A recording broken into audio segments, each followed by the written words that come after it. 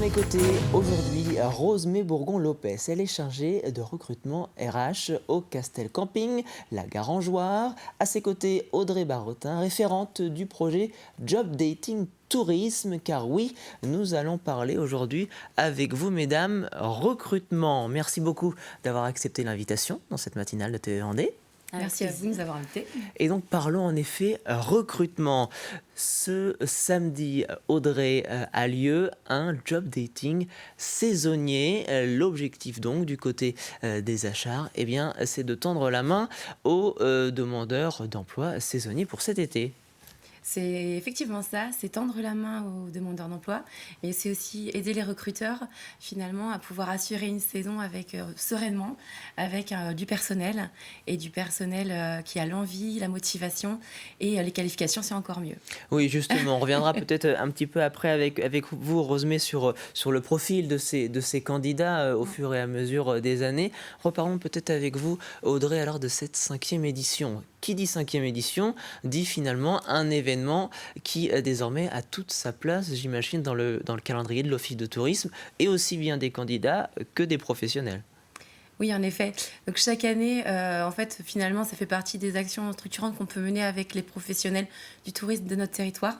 Le job dating est arrivé pour répondre à leurs besoins et on se rend compte que chaque année, on a de plus en plus de candidats qui viennent se présenter, en tout cas qui ont le courage de venir se présenter parce que c'est pas toujours facile.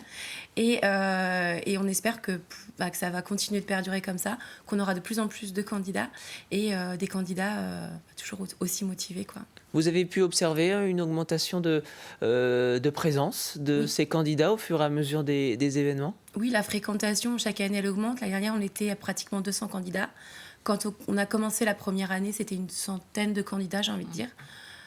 Donc, pour le coup, ça fait partie des choses qui s'inscrivent finalement localement dans les événements qui reviennent et qui sont connus et qui amènent du monde, en tout cas. Oui, justement, je vous pose cette question à vous, Rosemée, qui est chargée du recrutement des saisonniers, Oui. ou peut-être plus largement, en tout cas, du recrutement des salariés du côté du camping. Cet événement, c'est devenu un rendez-vous chaque Oui. année de votre côté ? Au camping La Garangeoire, on croit beaucoup au job dating. On participe à de nombreux forums de recrutement parce que c'est notre manière de rencontrer les gens. Le contact humain, c'est quelque chose qu'on valorise.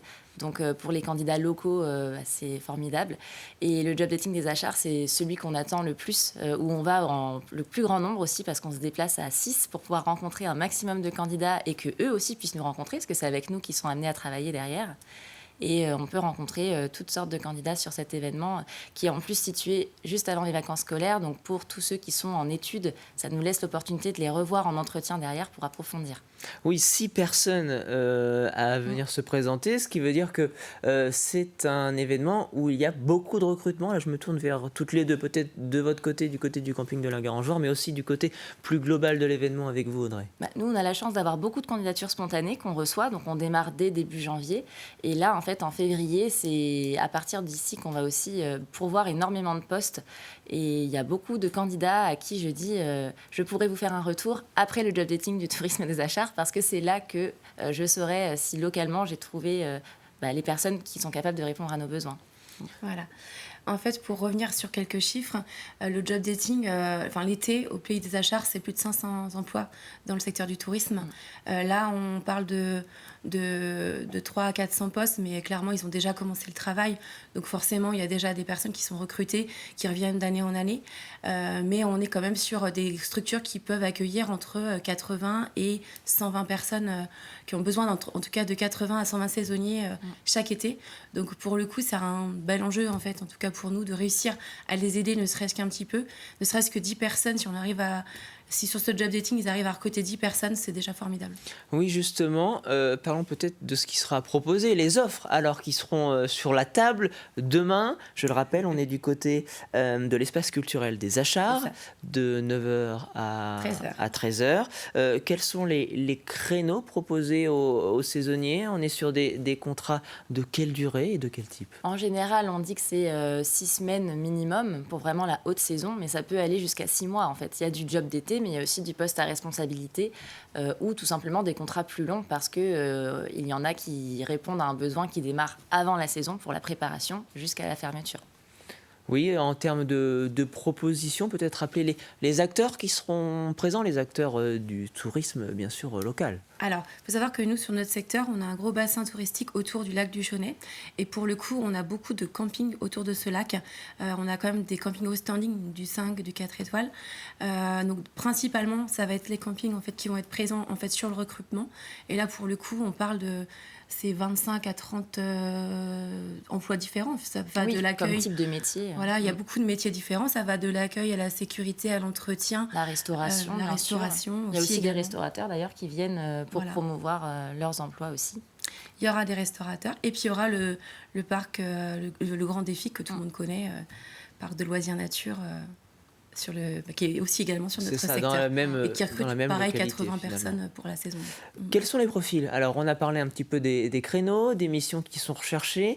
Y a-t-il des profils particuliers, des profils exclus peut-être?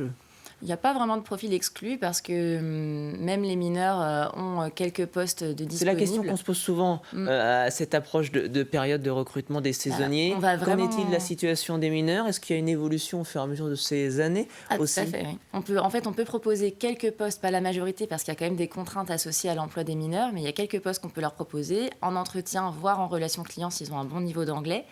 Mais on va jusqu'à proposer des postes à des jeunes retraités qui veulent un complément avec leur retraite. Donc, il n'y a pas vraiment de limite d'âge sur les emplois saisonniers. Après, sur les compétences, ça va être qu'en contact client, on va souvent demander une bonne maîtrise de l'anglais puisqu'on s'adresse à des touristes et principalement étrangers sur nos campings.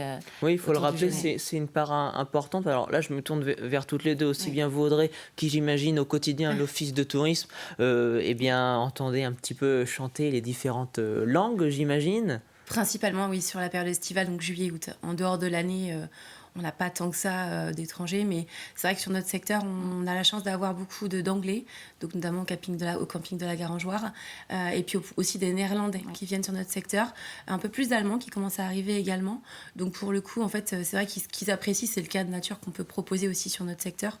Et c'est ce qui est chouette, c'est qu'en fait, justement, c'est un plus pour les saisonniers, puisqu'ils peuvent, en fait, justement, pouvoir, c'est l'opportunité pour eux de pratiquer les langues. Et ça peut être que formateur pour eux. Hein. On approche de la fin de cet échange. Je souhaitais peut-être vous poser une dernière question quant finalement à ce qui était attendu du profil des candidats. Et là, j'entends là peut-être plutôt question logement et question autonomie. C'est un grand sujet en Vendée, la question du logement des saisonniers. Est-ce que, alors en l'occurrence peut-être dans les campings, il y a la possibilité de loger des fois certains saisonniers. Est-ce que du côté de l'Office de tourisme, cette question de l'accompagnement du logement des saisonniers est importante? Alors, en effet, on a régulièrement la question. Après, on a la chance, finalement, au niveau local, d'avoir déjà quand même du potentiel, parce qu'il y a quand même du monde au niveau local. Vous avez beaucoup de Vendéens, Vendéennes qui viennent postuler, j'imagine, peut-être? Oui, quand même. Ça nous permet déjà de remplir pas mal les effectifs. Ouais. Après, il faut qu'on puisse proposer des logements à certaines personnes sur les postes qualifiés qu'on a du mal à pourvoir localement, c'est vrai. Donc la question se pose tous les ans. Entendu. Et j'imagine que ce sera sans doute l'une des questions qui reviendra peut-être demain, je le rappelle, de 9h à 13h. Nous sommes du côté de l'espace culturel des Achards pour ce Job Dating Tourisme. Et je vous remercie à toutes les deux d'avoir été présentes sur le plateau de la matinale aujourd'hui. Merci à vous.